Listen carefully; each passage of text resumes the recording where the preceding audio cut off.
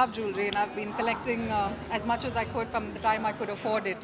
So whatever pieces I have are really special to me and they mark very important moments in my life. A design, I would have to say, and something that's exclusive, something that's not readily available with everybody else. And I love antique jewelry, so I collect quite a bit of that as well. I'm not superstitious but sentimental about certain pieces of jewelry. I think the piece that I wear the most often are my wedding bands since February this year. So yeah.